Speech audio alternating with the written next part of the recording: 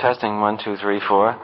Jeremy Bernstein, tape, November 27, side A. Born July 26, 1928, New York City. My father is a doctor. One sister, Barbara, married, 2 children, lives in New Jersey, 6 years younger. Her husband is a lawyer. I was taught to play chess at the age of 12, but did not play seriously until about age of 17, when I joined the Marshall Chess Club in New York on West 10th Street, between 5th and 6th Avenue. Okay. Whatever came along. Did you have any particular intellectual interests as a child that you remember? I mean, were you an avid reader or? No. I had few intellectual interests as a child. I was a school misfit and considered, reading a book schoolwork. And I don't think I read a book for pleasure until after I graduated high school. Well, what were you doing? I mean, your misfit. Well, I had one thing I think that perhaps helped me get over being a misfit, a school misfit, and that is that I became interested in photography about the same time, 12 or 13. And I think that if you get involved in any kind of problem solving in depth on almost anything, it is surprisingly similar to problem solving of anything. I started out by just getting a camera and learning how to take pictures and learning how to print pictures and learning how to build a darkroom and learning how to do all the technical things and so on and so on. And then finally trying to find out how you could sell pictures and become would it be possible to be a professional photographer? And it was a case of over a period of, say, from the age of 13 to 17, you might say, going through step by step by myself without anybody really helping me, the problem solving of becoming a photographer. And I found that, I think in looking back, that this particular thing about problem solving is something that schools generally don't teach you, and that if you can develop a kind of generalized approach to problem solving, that it's surprising how it helps you in anything, and that most of the deficiencies that you see around you in people that say you don't think particularly you're doing their job right or something, is really that, assuming that they care, and a lot of people that appear to care or may actually care are still not going about things particularly the right way. When you think about it, I generally find that it's just that they don't have a good generalized approach to problem solving. They're not thorough. They don't consider all the possibilities. They don't prepare themselves with the right information and so forth. So I think that photography, though it seemed like a hobby, and ultimately led to a professional job in photography, might have been more valuable than doing the proper things in school. Were you sort of the despair of your family at that time because of your schoolwork, or did you? Well, it wasn't a real drama, I imagine so, but it was never completely apparent until I graduated from high school that I couldn't go to college, because I graduated in 1945 when all the GIs were now pouring back on the GI Bill, and I had a 67 average, and it turned out that there wasn't any college in the United States, even of the lowest caliber, who would take a student with less than a 75 average in that year. So I couldn't get in. I failed to get into college. Did you take all the scholastic aptitude tests and so on, or was they wouldn't consider you. In other words, they wouldn't even accept your application if you didn't have a 75 average in that particular year. Looking back and sort of in retrospect, do you think not going to college was in a certain sense a fortunate thing? Oh, tremendously, because what happened is that I had developed myself as a photographer, and prior to graduating high school, I had sold 2 picture stories to Look.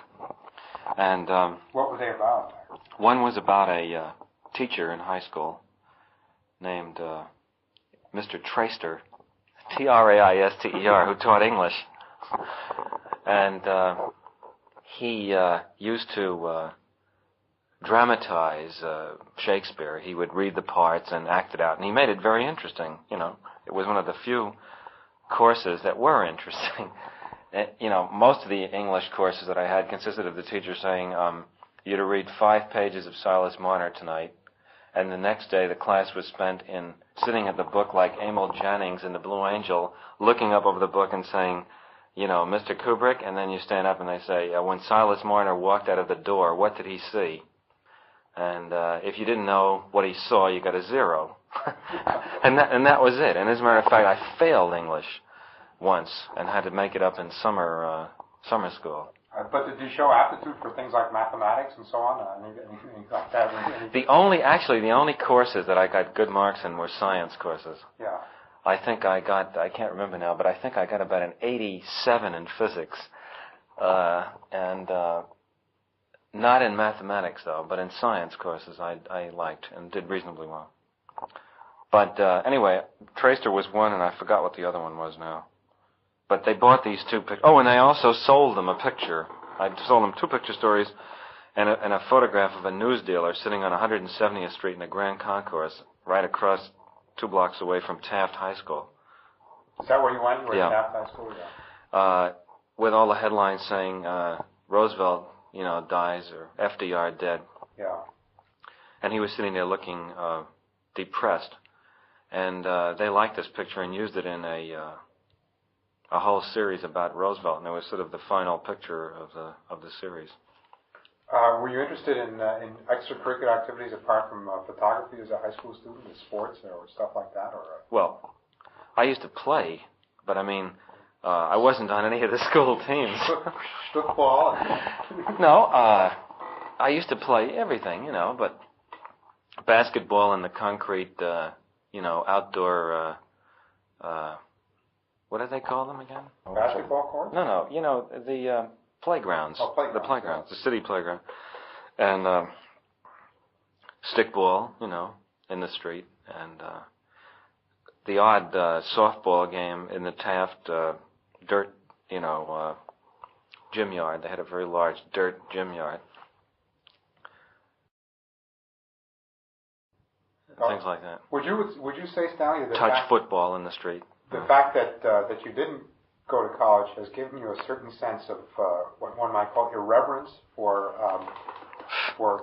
college graduates who don't meet up to what you would consider to be your, so to speak, your intellectual standards. I mean, if you come across a college guy who's got a lot of degrees but doesn't seem to radiate confidence, does it bug you? No, I don't think that I don't think I look at it that way. No, the reason I think it was an advantage for me is that I then backed into this, you know, fantastically good job at the age of 17. I can't remember what it was, but I took some pictures down there. What had happened is that I could not get into college, and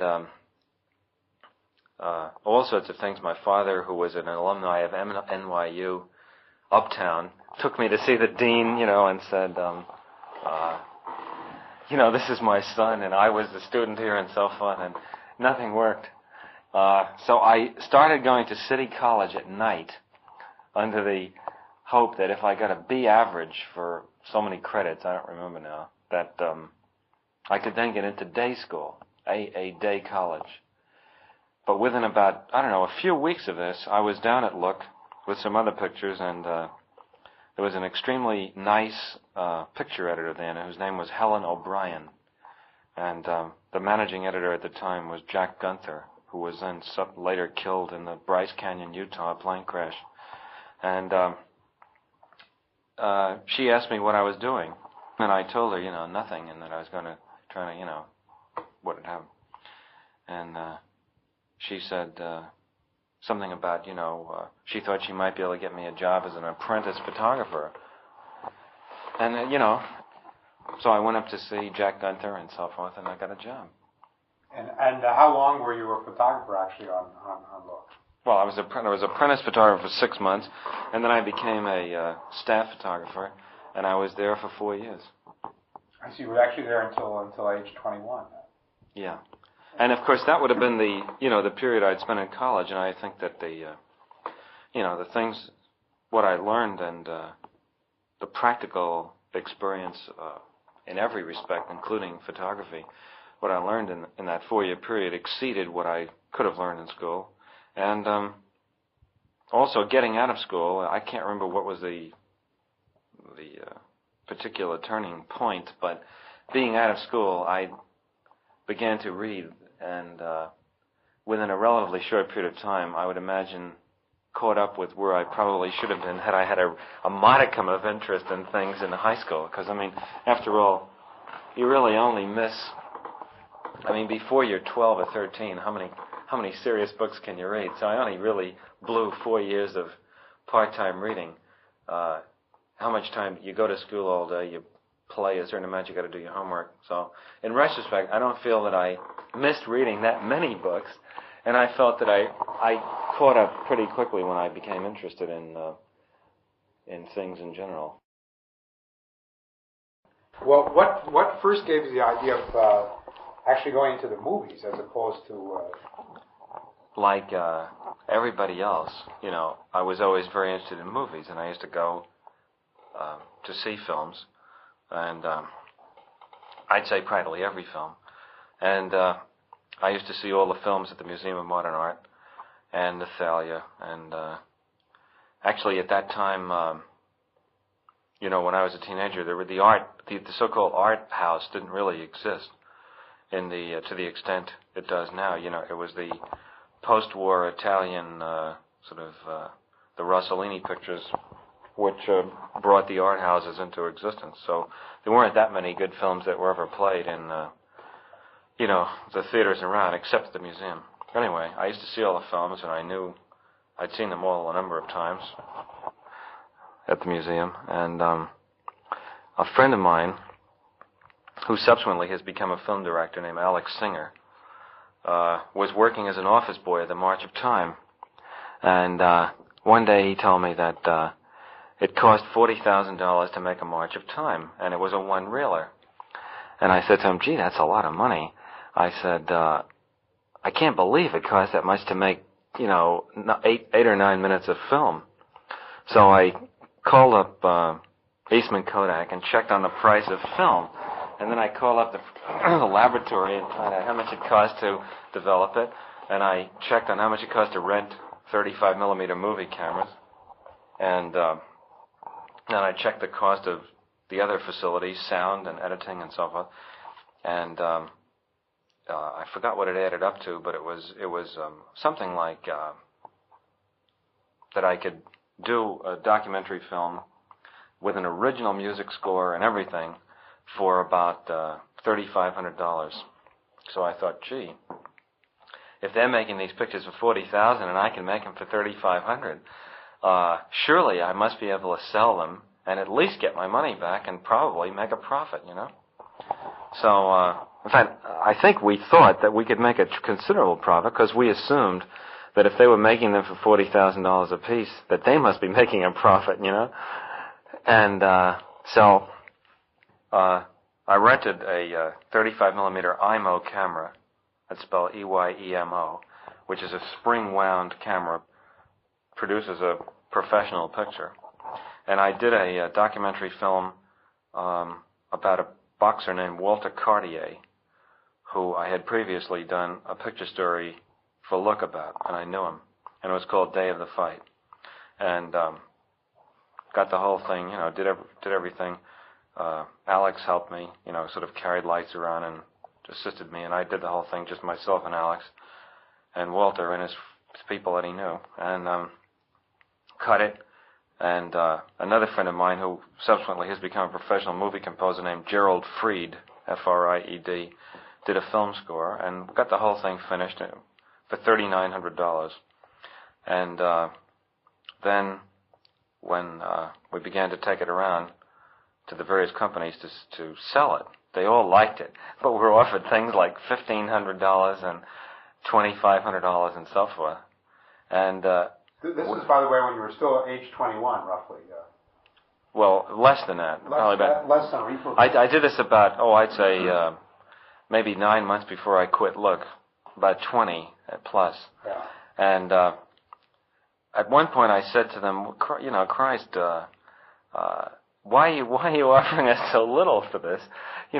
One reel short, get more than $40,000. And they said, what, you must be crazy. And I said, why do you think that? And so I told them about the March of Time, and anyway, they said it was, was ridiculous. And shortly after that, the March of Time went out of business for the reason we later found out that they were spending approximately, if the March of Time sues me for this, Alex somehow found out when he was working there that it was costing $40,000 to make one of their one-reelers.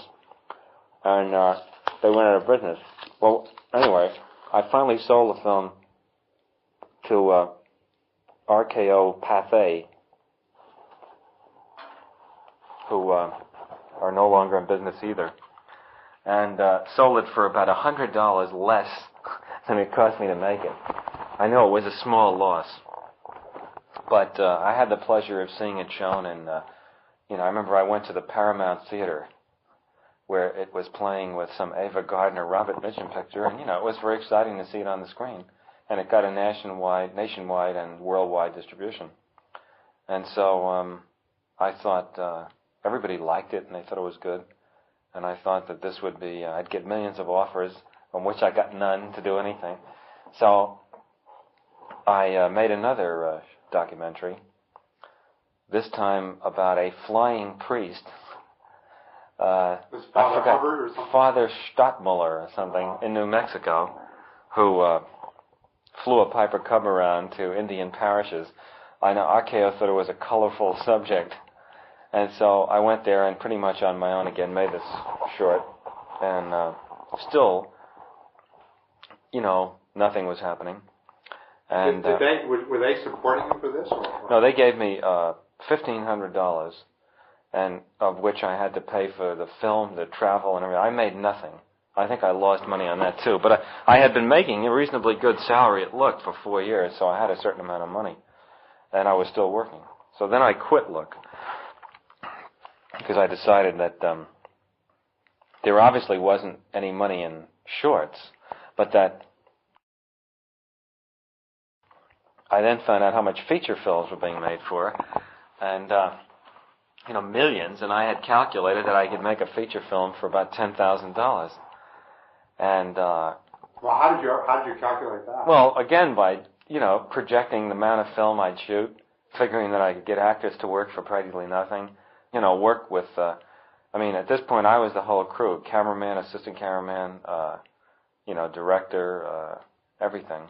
So I had no cost. So a friend of mine in the village did a script. Were you living in the village in those days? I was living on 16th Street, off 6th Avenue. And he did a script which was a terrible, sort of dull, undramatic, but very, very serious, allegorical story about 4 soldiers from an unnamed country lost behind enemy lines trying to find their way home again. And it had lines in it like, we spend our lives running our fingers down the lists of names and addresses looking for our real, running our fingers down the lists of something or other, looking for our real names or our real addresses. I can't remember what the line is, but it was that kind of a thing, And of course, I totally failed to recognize what I didn't know about making films or anything. I just thought, well, these other 2 things that turned out pretty well, but they were documentaries. And the second thing that turned out pretty well. Yeah, but I didn't really know what I didn't know, and I thought, well, Christ, there really can't be very much more to making a feature film, and I certainly couldn't make one worse than the films that I kept seeing every week. And but I wasn't satisfied to just make an interesting film. I wanted it to be a very poetic and meaningful film. And it was a little bit like the Thurber story about the midget, who wouldn't take the base on balls. And decided to swing, And so I got the film made, and but it was very, very dull. And it got an art house distribution. It was called Fear and Desire, distributed by Joseph Burston, who was at one time, I think he was the distributor who first brought in Rossellini's pictures. It got a few reasonably good reviews. It got a nice blurb from Mark Van Doren, and who was very kind about it. And it had a few, good moments in it, but with the exception of one or two of the actors, they were all terrible actors, and I knew nothing about directing any actors. Well, how did you go about directing them? Just sort of. Well, I don't remember. It was really,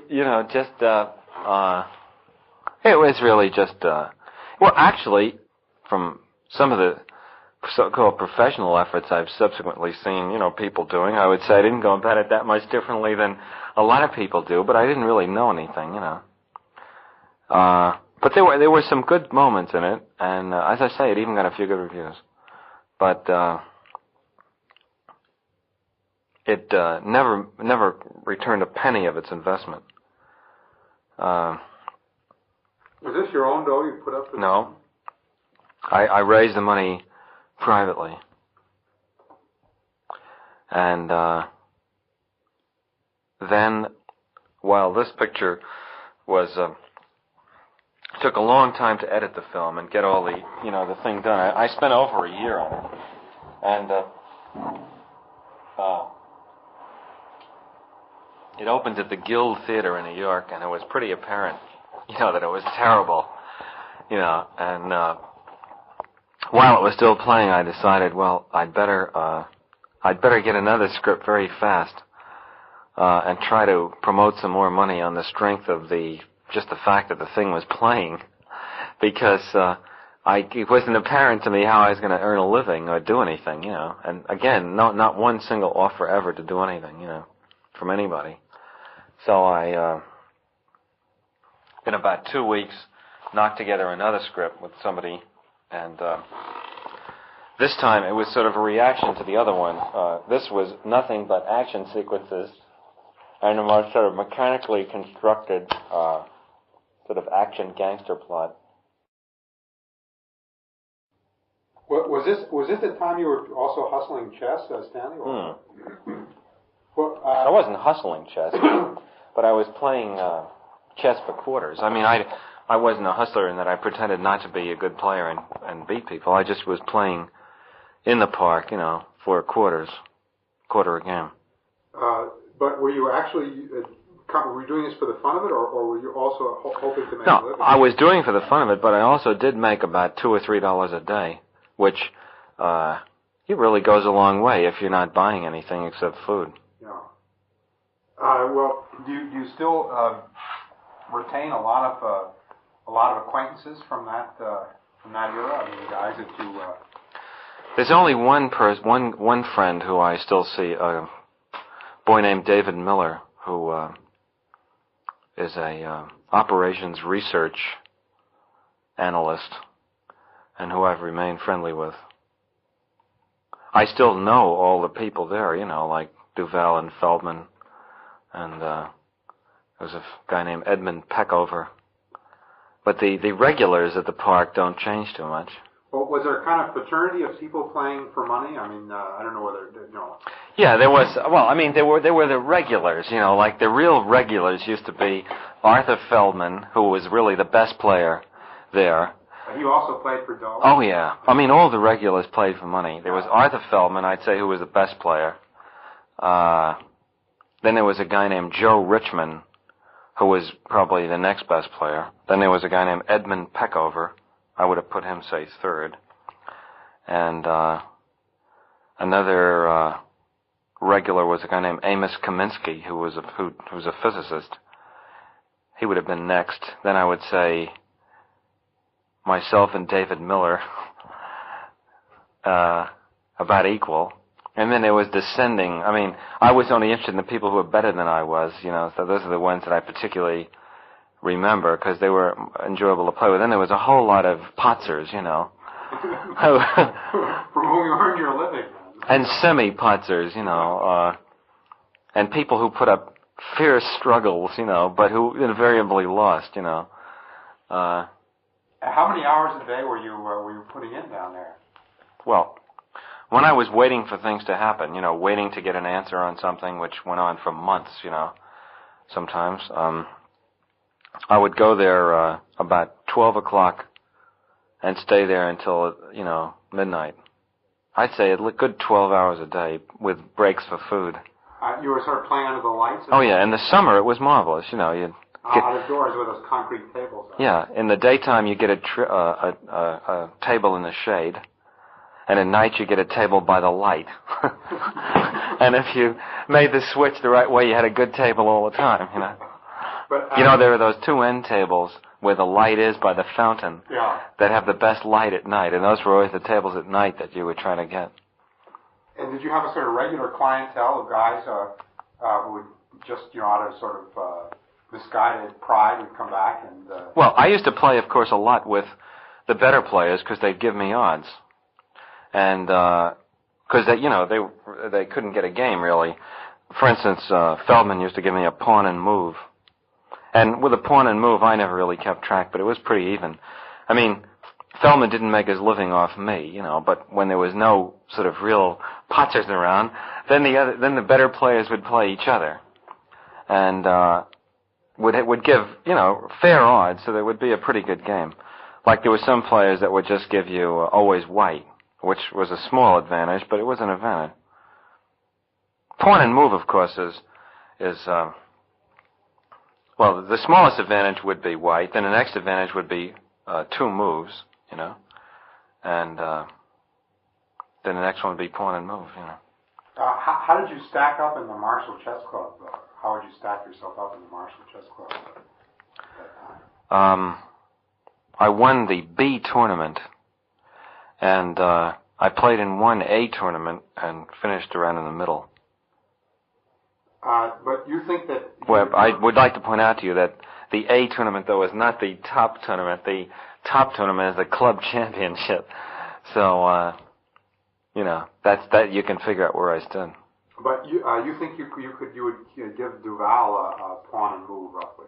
Is that a serious appraisal? Oh, absolutely, yeah. That's rather depressing. And when did you get launched after this point into the movies again? Well, as I say, when Fear and Desire was still playing the Guild Theater, I spent about 2 weeks lashing together this all-action script, and let's see, now what is he in relation to the family? Well, the guy's name was Mo Bousel, B-O-U-S-E-L, and he has 2 drugstores in the Bronx. Mo Bousel co-produced and put up the money to make Killer's Kiss. His name is Morris Bousel. And that... M-O-R-R-I-S, B-O-U-S-E-L. That was not a great financial success. It was at that time that I was playing chess for quarters in the park. I told him that there was Speaking of Jimmy Harris. There was a guy in the village who was making films by himself. I mean, just doing everything together, and that he thought that you and he should get together, and introduced you, and then Jimmy suggested that. I mean, this is the impression I got, which may be wrong. Jimmy suggested that he could take the producing burden of the films. Is that right? Finance the films or something. Yeah, well, I had made Killer's Kiss, the second feature film, and substantially that's what happened. Well, first Jimmy and I made The Killing, and... I mean, you made that by yourselves? Or? No, we formed the company, which was called Harris Kubrick Pictures Corporation, and after looking for a story, we bought a book called The Clean Break by Lionel White, And this was the story that we made into The Killing for United Artists. United Artists had bought Killer's Kiss. Well, first of all, United Artists' function was only to finance and distribute the films. It was up to us to hire the people and make the film. And I presume that United Artists thought that if The Killer's Kiss could be made, on the semi-professional basis it was, that with an adequate amount of money, which was fairly minimum anyway, that, we could make a film.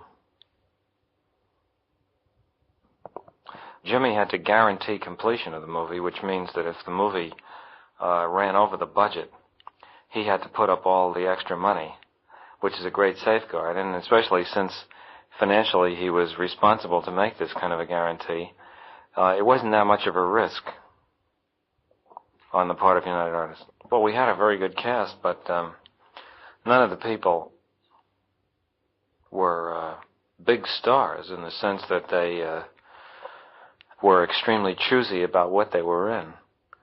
And I would say that all of them had probably been in worse films than they might have, even at the beginning, thought this one might turn out to be. Wasn't Marilyn Monroe? The principal cast was Sterling Hayden, Colleen Gray, Marie Windsor, Elisha Cook Jr., Joe Sawyer, Ted DeCorsia, Vince Edwards. I saw that film. Who became Dr. Kildare. So long ago that I'm just trying to remember. Well, how it was the one where Sterling Hayden dies in the end, isn't that right? No, he gives up. The money blows away at the airport, and he gives up. I'm very confused. You probably haven't seen the picture. No, I remember Sterling Hayden very clearly, but I can't. You're thinking of the Asphalt Jungle. That's why you thought Marilyn Monroe was in it. He dies at the end of the Asphalt Jungle in a field with a horse. Oh, that's right. Yeah, you're thinking of the wrong picture. You never saw The Killing. Maybe that's so. Yeah. If you want to see it, there's a print at the Museum of Modern Art. United Artists could give you the print. So anyway, we made The Killing, and somehow Dory Sherry saw it, and he liked it, and he was the first one who really showed any interest in us, and to the extent of offering us any sort of a deal to make another picture. And so we went to MGM and looked through the deal was that we could look through all their backlog of story properties, and if we found one that they liked, we could do it. And I think I tell you this. We came up with this Burning Secret by Stephen Zweig, and I did the screenplay with Calder Willingham, about which time Dory Sherry was, not taken out of, his job, and the project came to an end. Sort of before, just about the time the script was finished. And it was at that point that you ran across the old war story. Well, it was really sort of concurrent with this that I remembered reading Paths of Glory as one of the few books that I did read. Is it a fair description of Jimmy to say that he's independently wealthy? Is that Yes. You have to have patience because if you don't, your own frustrations prove to be too much of a distraction. It is a slow, it's like those games where you jiggle all the balls into place. Sometimes there's more balls you're jiggling than others, but it's largely that. And if you allow yourself to become irritated, then it's just another distraction. Well, how do you keep yourself, so to speak, amused when, there are all kinds of minor delays where something breaks and you've got to go sit down. Because I keep thinking about the next things that I'm doing. I try to use all the time. That's why I found, for instance, when all these people were there, I found myself in a slightly up-in-the-air feeling. Luckily, the stuff was quite simple. But I usually, I would imagine, to anyone sort of looking at me, I have a sort of vague, withdrawn look on my face, because what I'm just doing is thinking about what I'm about to do or what other scenes. Why don't I just use the time to think? That's all. It's like sitting in the park playing chess. Well, I mean, do you think about how to manipulate the actors and that sort of thing? I mean, well, I think about whatever problems are problems. I mean, sometimes manipulating the actors aren't the problem. Sometimes the problem is the story or the schedule or a set that isn't completely designed or something. But whatever it is, I always have plenty to think about. well, how close do you permit yourself to get to the actors as friends? I mean, is it bad to be too friendly with the guys who are working for you? Or? No.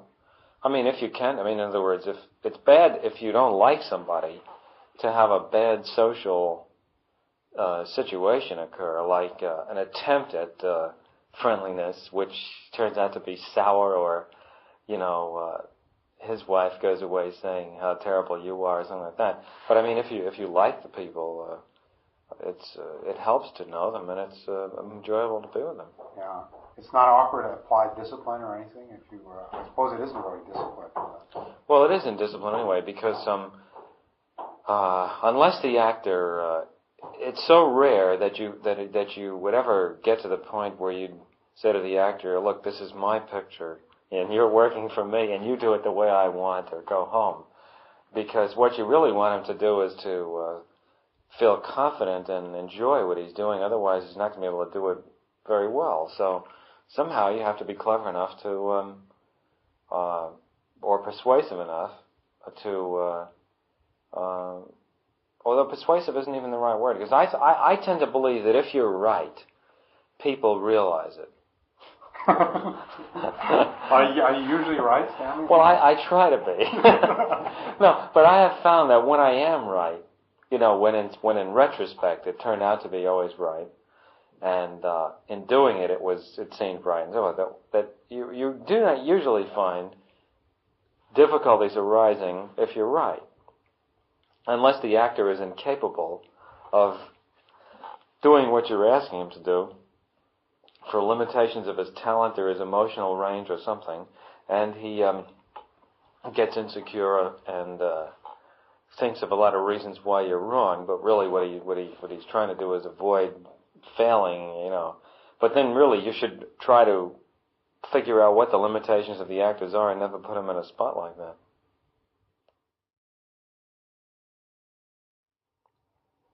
After leaving MGM and The Burning Secret, prior to this, Jimmy and I had bought Paths of Glory.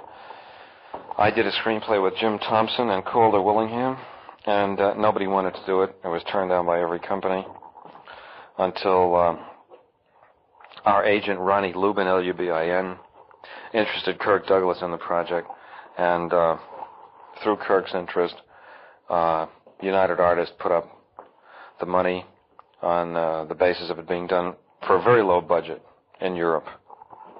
The picture was a moderate success, but it was nothing to create opportunities for us because of big grosses or profits. The reviews on it were very good. Many reviews were superlative, and from that point of view, it was an enormous success. The greatest virtue of the film was that I met my wife, Christiana, who was an actress. I was watching a television broadcast, looking for an actress, actually watching someone else, and saw her, and got in touch with her agent. She came into the studio, we met, I began dating her, and we subsequently got married a year later. She is a marvelous actress. She had done a lot of work in Germany. I would like her to act, but she has no interest in doing dull, routine acting things, and is more interested in painting. If I ever have a decent part for women, which for some reason I never seem to write into my films, she would certainly do it. This is followed by about 6 months spent working on a script for Kirk Douglas, which he didn't like and was abandoned, and some more months working on something which Gregory Peck was supposed to do for us, which was also abandoned because it wasn't liked, and followed by the offer from Marlon Brando to direct his Western, which resulted in 6 months of work, again abandoned as far as I was concerned because I left the project 2 weeks before it started. This was followed by a script called The German Lieutenant, which again no one liked, and followed by Kirk Douglas's offer to take over Spartacus after a week of shooting, which I did. And you find yourself... Yes, my narrative criticisms, which were at first so enthusiastically received, began to grow pale as time went on due to the counter pressures of the writer, Dalton Trumbo, and Kirk's producer, Eddie Lewis, Lewis, who did not see eye to eye to me, with me on the story. Between the shooting and the editing of Spartacus, 2 children were born to me, to Kristjana, Vivian and Anya and Vivian. I was on the picture almost 2 years. Children's names: Vivian Vanessa, age 5, Anya Renata, age 6, Catherine Susanna, Catherine spelled K and an E at the end, age 11. Only about 8 weeks was spent in Spain doing the battles and the big march bys. The whole picture was done on the back lot at Universal. Did you get any sense of intellectual satisfaction out of Spartacus at all? No, but it was, again, an opportunity to work, and it was interesting to, from a purely as an exercise, to try to do scenes that you thought weren't very good and to try to make them interesting. I thought the first 45 minutes of the film, of the life in the gladiatorial school, which was simple, turned out quite well, as far as I'm concerned. But then the rest of the story, from the slave rebellion on to the end, I thought seemed a bit silly. Let's see, and then what happened at that? Well, during the making of Spartacus, we bought Lolita, Jimmy and I, and now nobody wanted to make Lolita. Actually, the history of all the films, practically, that I've done is that no one ever wanted to particularly make them, and we just sort of running out the clock managed to put the picture together someplace, Well, nobody particularly wanted to make Lolita. And finally, Seven Arts, a company named Seven Arts, put up the money, and we made it. It was made in England. Did you yourself do a good deal of rewriting of the book? Yes. Well, Nabokov and I believe, got along very well. And I know he liked the film very much when he saw it. Is there anything that's particularly striking about the making of that film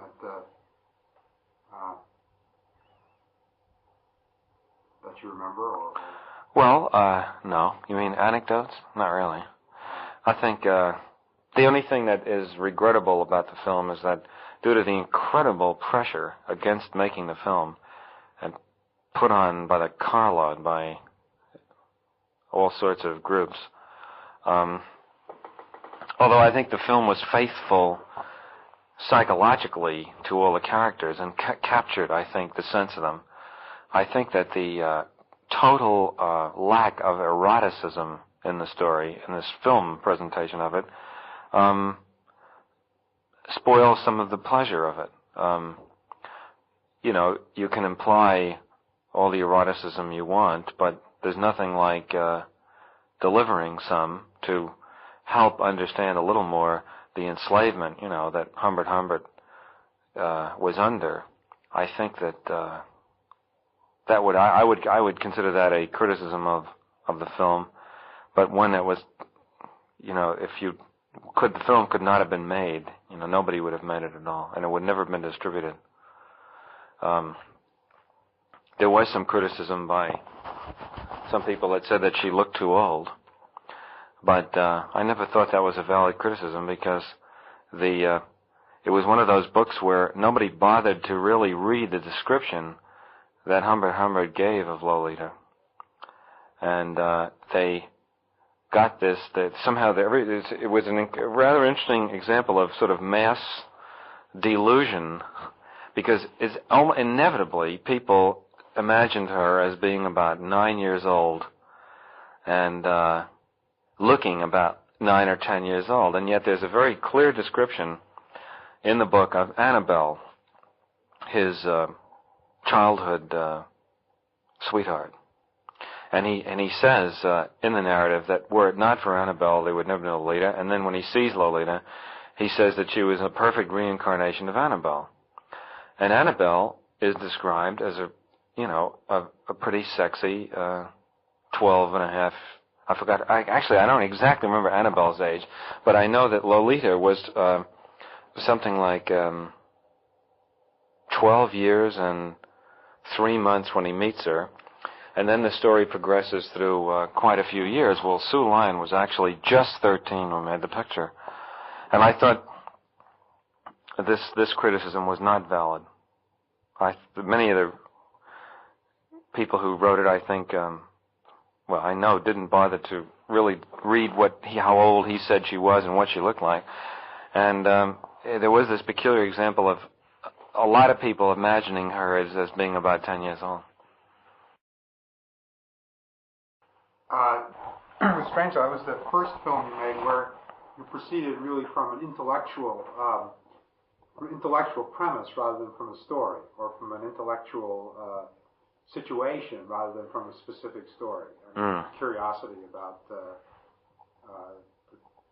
possible outcomes of nuclear strategy. How did that come about? When did that come about? After Lolita was Lolita? Well, I was interested in whether or not I was going to get blown up by an H-bomb prior to Lolita. But my interest intensified itself sort of concurrently with that. I believe that the Berlin crisis took place during Lolita, and about that time I became keenly interested and started reading up on all the, literature, of which there's a terrific extent, a tremendous a lot. Boy, am I getting fucked up on that. A tremendous a lot. I read, I would say I pretty much read the spectrum. I began finding after a while that I wasn't reading anything new, and I decided I knew the whole thing, And it was then that I began to, the thing that struck me most of all about it was that at first, when you read the brilliant analyses and the games theories and Herman Cohen, you're very reassured, because you start off by thinking, gee, God, there are these bombs, and you get an image vaguely of sort of a World War II mentality. And then when you read the literature in the field, your first reaction, superficially, is you're very encouraged, because you suddenly realize there's this whole body of thought that's gone into the whole thing, and you think, yes, well, now and then as you read on and become more involved, then you begin to realize that all these things lead to very paradoxical outcomes. And in reviewing the whole thing, every line in it leads to a paradoxical point. And I suppose this was the most thematically obvious thing about Dr. Strangelove, was the paradoxical outcome of any particular line of thought. Well, if it really is true in the real world that every line does lead to a paradoxical outcome, what hope is there for any of us? Well, personally, I think that the hope is basically just luck. The situation is simply, for just luck reasons, is never really put to any particularly great strain. A lot, of course, a lot has been done. A lot keeps being done about trying to improve the situation against accidental war and better command and control and a more sophisticated threat technique of trying to graduate threats into as many steps as you can to leave as many alternatives and back-away points. But depressing thing is that at every period of history, the people always thought that they had, the power structure and the leaders always looked back on the previous period of history and thought that they had learned something. And I think that, the old thing about the only thing you can learn about history is that you can't learn from history is probably true, and that there's this illusion that you get that you're much more sophisticated and that it can never happen that way again.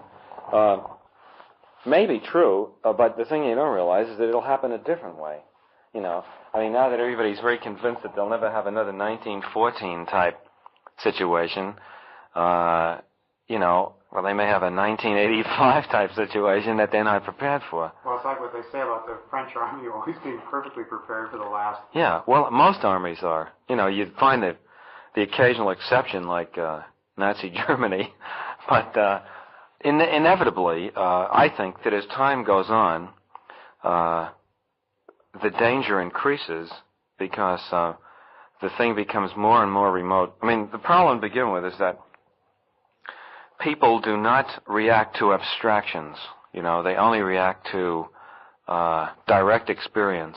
Very few people are even interested in abstractions, and even fewer people can become emotionally involved or emotionally react to an abstract thing.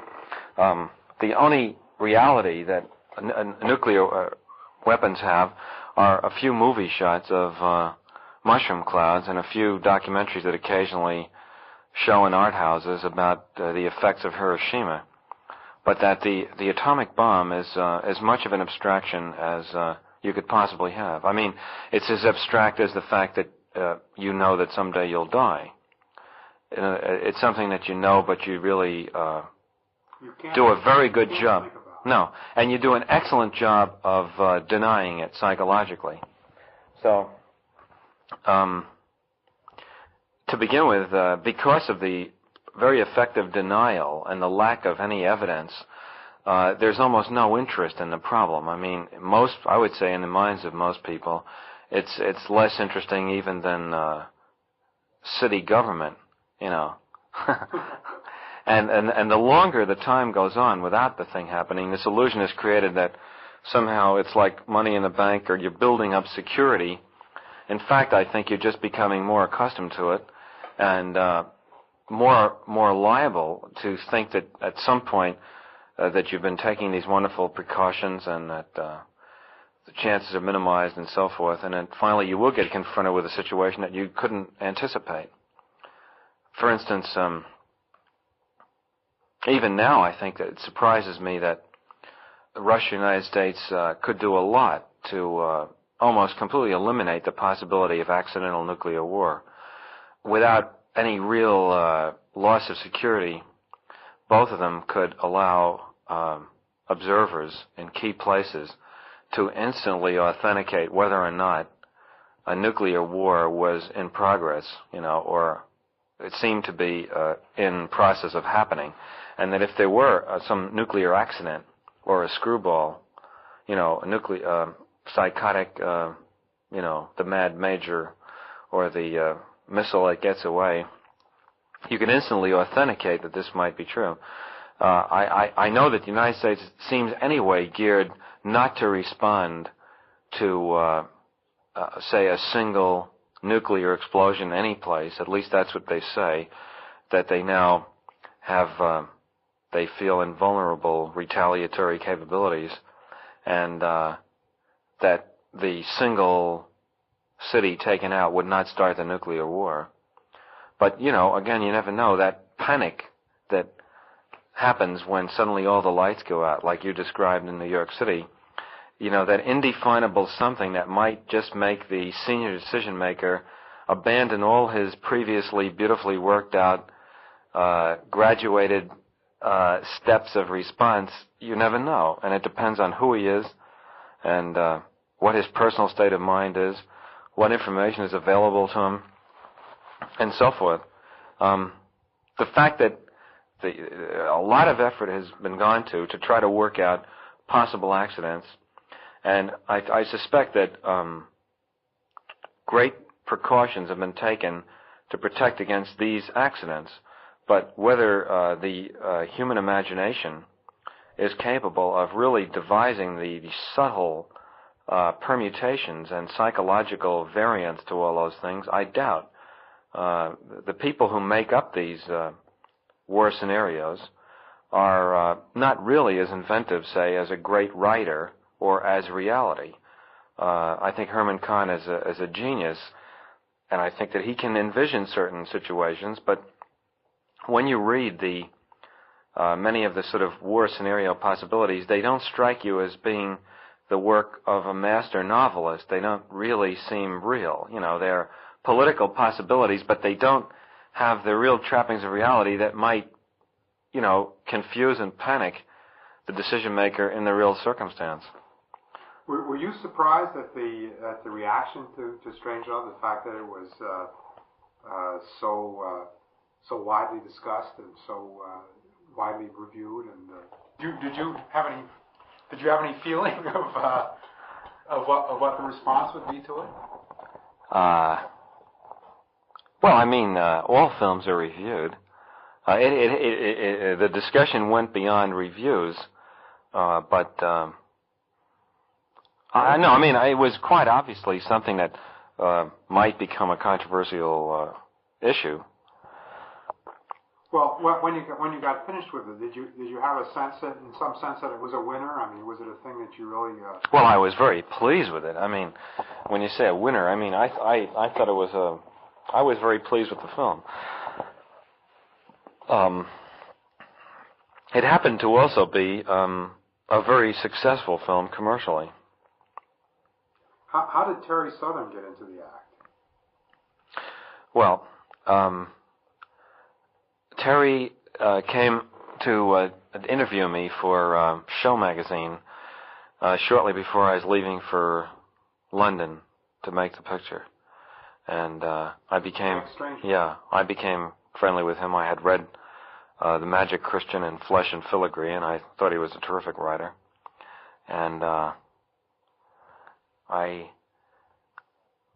came to London and started. You had the script pretty well. Oh, the script was done, and it was done in its black comedy form. A fact which a certain amount of confusion has been created about in certain areas. The script was done. Peter Sellers was cast, and I was coming over here to prepare the film. And I, thought Terry was very talented. I never stopped working on a script. I like to work with somebody else because under the time pressures that you're under, you can't afford the sort of lapse of intensity that if you work by yourself you might suffer. And Terry seemed like an ideal person because the style of the script was similar, to his sense of humor. And so about 6 weeks before the picture started, I asked him if he wanted to come over here and work on it with me and do some more dialogue and revision. And he came over. He worked for 6 weeks, and that was it. I started the picture, and he went off and did some other things. Have any of the pictures been as intellectually complicated as the present one? I mean, the 2001, and posed as many intellectual problems. I mean, it's a terrific undertaking trying to create the future in a way. Well, I don't know what intellectually complicated isn't really the right description for it, I don't think. I mean, Strangelove was a more intellectually complicated picture, and it involved complex arguments and quite a few abstract ideas, clearly or comically stated. This is not as complex a picture. It's not as complicated a picture in terms of, ideas represented, ideas actually spoken. In praise of Arthur C. Clarke, it is true that he is, I think, the most poetic science fiction writer. Well, he's also nearly the best informed, I think. Right. He is scientifically the best informed. His narrative ideas, I think, are, for my tastes, the most appealing. And he has this rather unique poetic sense of the a sort of nostalgia for the the mountains that have eroded away over millions of years, and the millions of years in the future, and people looking back and forward. And you'll have to fix this up because it sounds like real crap, but it's very hard to define it nicely. But it is true that I find that every time I finish reading some story like that of Arthur's about, I always feel sad when I go. Right. There's some element of sadness. Right. Either we've made Venus, right, contaminated Venus, or he has a vision of something in the future which you'll never see. Right.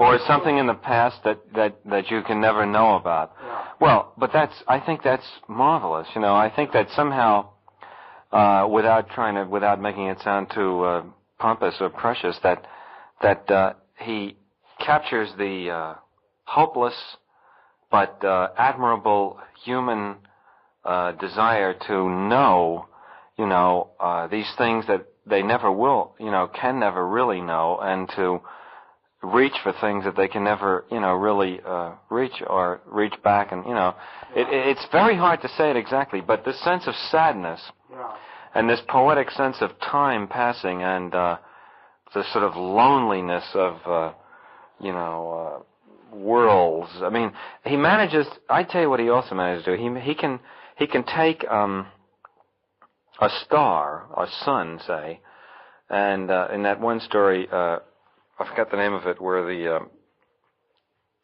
sort of sun creatures come towards Mercury.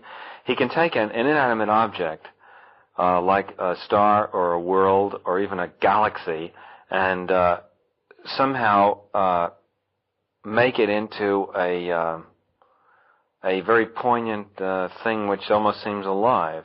He has a way of writing about mountains and planets and worlds with the same poignancy that people write about children or love affairs. And also, although you haven't read the script and you shouldn't really try to refer to the story, there is without underlining it, there is a contrast in the story between giant orbiting bombs, which you might say is the negative use of nuclear energy, and this particular spaceship, which leads to great, fantastic accomplishments, which is also another the good use of nuclear energy. Yeah. But I think one can one can talk about the Orion, which is something I wanted to do for a long time. In fact, I have a set of way of pounding that. Yeah. Yeah, I have a set of notes somewhere at home, which I once took down for just writing a piece on the Orion, showing sort of logically speaking why it is the only propulsion system that's worth considering if you talk really about interplanetary missions. There's nothing else that makes any sense. Right. Fundamentally, because its operating temperature is at the escape velocity. That's really the crucial element in it. And so that's would be very nice actually to talk about the Orion and these absolutely magnificent paintings which the guys have been doing over there. And of course, the other thing that strikes if you compare making such a fictional space mission with a real thing, the thing that amazes one is how fast everything is done. In the sense that if you make a decision, whether it's on a costume or on a lettering or on you get the satisfaction of seeing it created in some form almost immediately. I mean, isn't that so? I mean, if you say... Well, it doesn't seem almost immediately to me, but if I was used to another compared time scale compared to scientific time scale, yeah, I mean, it must seem very quick. Yeah. I mean, in a scientific project, you make any suggestion like that, and maybe it's 6 months, or I mean, you take a typical experiment in physics. The guy has a good idea for an experiment. By the time you get an answer out these days, typically it's a year and a half. Wow. So it's a completely different order. It's interesting that you would feel that way, because to the average person, the time scale of a movie seems like time has stopped. Most people are so bored and so astonished when they see the pace of things. Somehow they have an image in their mind that it's all done in a week or something like that. And most people that I've found who don't come from your side of the fence think that everything works incredibly slowly. Well, which is interesting. It just depends what you're used to. The thing, when you shipped me over to watch that television thing, of course. Oh, that's right. You thought so too. Yeah. Well, but that's a different side of it. Oh yeah. That's a side of making these sort of quantal sequences in which you work for 3 hours to extract 30 seconds on the thing. That would drive me off of my head. But the thing which the technological side of it, where you get an idea, say for a propulsion system or Christ knows what, and within 3 days, well, you've got a drawing there, and you've got some guy making a model, and you have a lot of thought on a different size. I mean, like what time scale these guys are using, Eastern Standard Time, and all that sort of stuff. Well, all this goes fantastically fast. I mean, the number of problems that you deal with and solve in a half an hour is more than you would deal with in a comparable scientific project in 6 months, in my opinion. Because of course you're just working in a different medium in a sense that you don't really have to worry, say in the case of a spaceship, about the structural stability of these things. I mean, you might spend 6 months or a year computing something out on machines. Well, you know it's going to work and it can be designed. So, or you take that as a premise and then you put something there which in principle is going to work, and then you can stop at that point. I mean, that's what really constitutes the difference in. It's very interesting. I find it extremely remarkable. If these things do work that quickly, the thing that does take all the time is to extract, say, 2 hours and 15 minutes of a story and really keep distilling and distilling and distilling and distilling and distilling. I would say that if you count the time that's spent during the shooting day also working on the story, in rehearsal and rewriting it and so on, I would say that an average of at least 4 hours a day has been spent on this story. Much more than that, because in the real solid writing period it was like 8 hours a day. But let's just say it averaged 4 hours a day for 2 years. Say an average of 6 days a week. That's 24 hours a week times maybe 100 weeks. I'd say there's a good 2,400 hours spent on call it 2 hours and 40 minutes of story. So that's about 1,000 to 1, isn't it? Yeah. On the story. Now that's where the real crunch is put.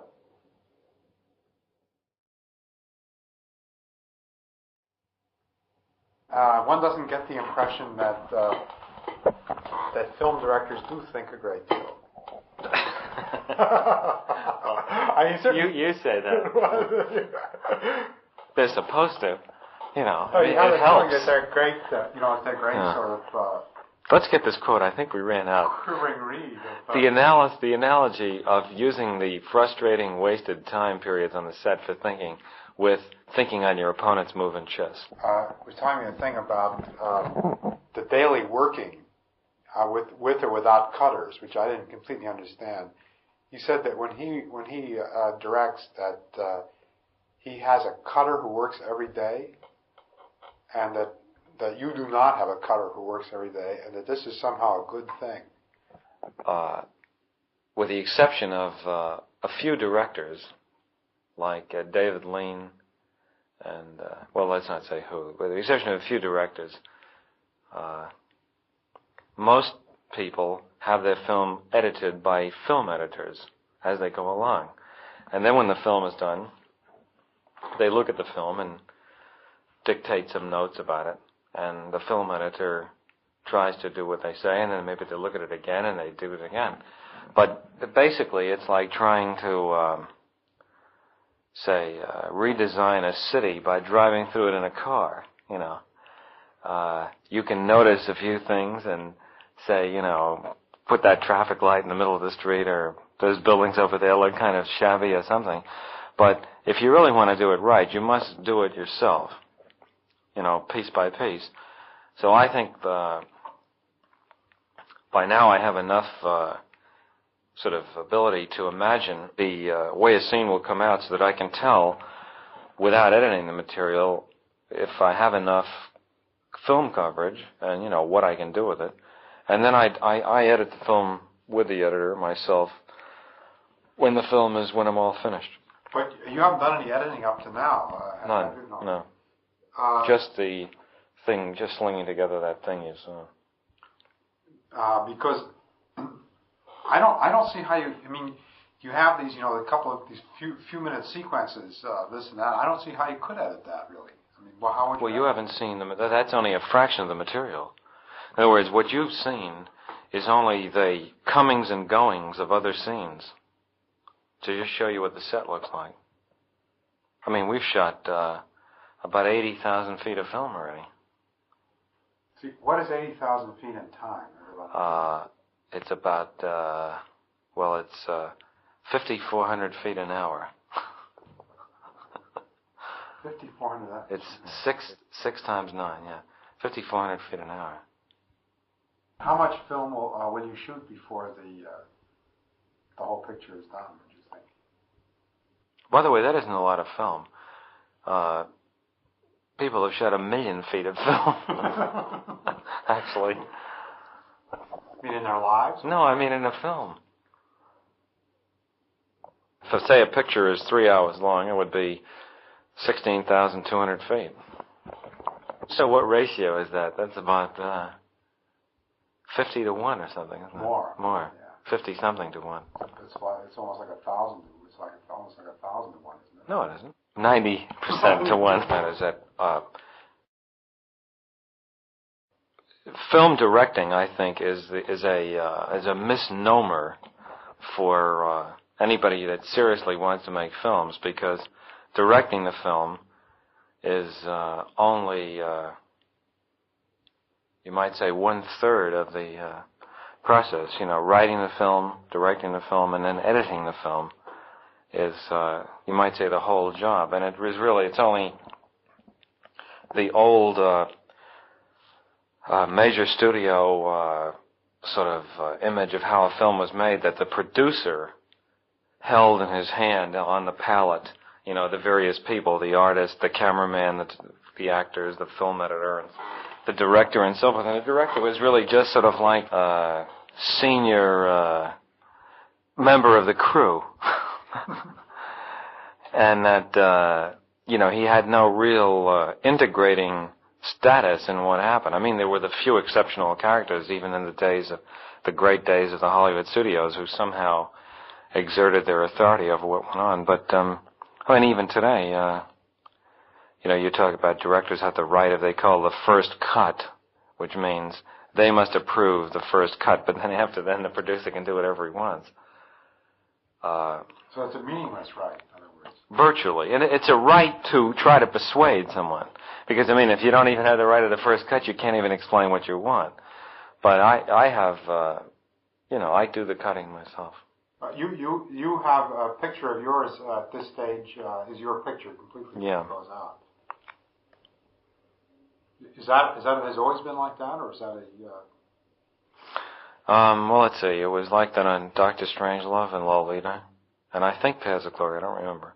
Subject to delivering the minimum censorship requirements to playing it. And the way you make deals, the way you make that arrangement is that you say the picture will not be longer than a certain period of time, and that you will deliver the minimum required censorship so that the picture can be played.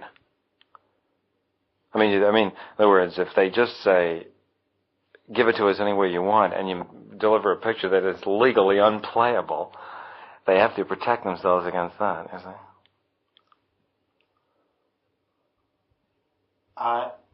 What do you feel about your pictures being shown on television?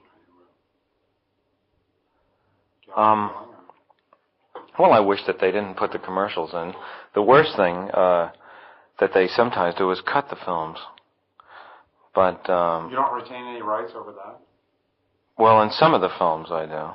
But then, it's terribly difficult to police it, because unless you see the film yourself, there are very few people who are qualified to tell you what was cut. Or, in fact, even if a friend calls up and says, I saw such and such a film, and it looked cut, and you say, well, what was cut out? They say, well, I don't know, but I think it was cut. Well, it's almost impossible to find out what was done. It's a peculiar problem. Preminger just lost a court case over that. Well, I believe his case was against interruption of commercials. Well, I think, I don't think he was the cutting issue. I don't know. Perhaps you're right. The commercials were certainly the key thing. But